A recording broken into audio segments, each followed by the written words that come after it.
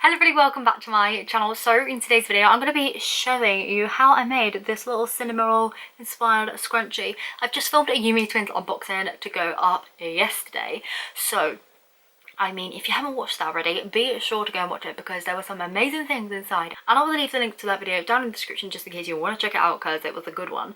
But yeah, I said in it I would show you how I made this little scrunchie, and as it's in my hair, I figured I'm just going to do my intro now because it already looks so cute. Look at it.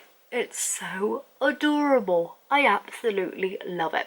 So anyway, I hope you're all having a fantastic day. Enjoy watching me make this little scrunchie. I have in the past made a Pomopurian one, so if you'd like to see any more designs, just comment down below and I will see what I can do. So thank you so much for watching, and yeah, just gonna get straight on into it. So the reason that I'm actually making this scrunchie today is because I had this headband that broke and I didn't want it to go to waste, and I thought I could turn it into something. So the way that I've done this is I've just tied this in a knot and just cut off the excess just to make it like an original bubble, because I figured more people would have a bubble rather than just like elastic hanging around. So I thought I'd kind of make this tutorial to kind of match that. So what you'll need is a piece of plush fabric. Mine is around about 8 centimeters by 35, I'd say, just a long strip. And what you want to do is fold that strip in half lengthways. You then want to take one of the corners and just pop your bubble on it and then hold it down into place while you start sewing. So you want to pop around about, I don't know, 3 to 4 stitches at a time. Pull your thread tight and then just shuffle the fabric around the bubble, pulling it nice and flat again and then stitching once again.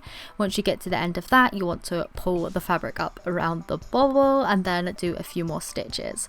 So as you can see here, doing some more stitches, pulling that thread tight, readjusting the fabric around the bubble, holding it tight so that the fabric is flat on the bit that I'm sewing, and then I'm stitching that.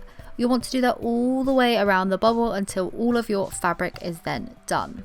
So once you have a inside out looking scrunchie like this, you'll then want to turn the fabric tube that's kind of around the bubble inside out so that all of the raw edges are facing inwards. It really helps if you remove the excess just on the outside of where you're sewing, and if you don't have super long nails like me, as this took me absolutely forever with the help of a pencil. So once you get to the end, you'll end up having some raw edges. You want to fold in the raw edges on one side of the scrunchie and then poke the other side inside of it, so basically all the raw edges then are inside. What I like to do is give my scrunchie a little twist so that the seams are kind of lined up. I think this just makes it look a little bit more professional once these seams do line up. Really bugs me when I buy a scrunchie and the seams don't line up. I don't know why, but you just want to hand stitch this down into place, making sure that it's all sealed up nice and neat, as well as neat as possible. I then took an offcut of fabric, folded it on itself so right sides together, and then drew out the ears, and then I just hand stitched around each of those markings. What I then did one stitch was cut the shapes out and turn them the right size way around again. This took me so long because my nails have super grown out, but tomorrow I'm going to have a new nail tutorial on my channel so you can see what my nails look like after this one. So yeah, I just really need to sort those.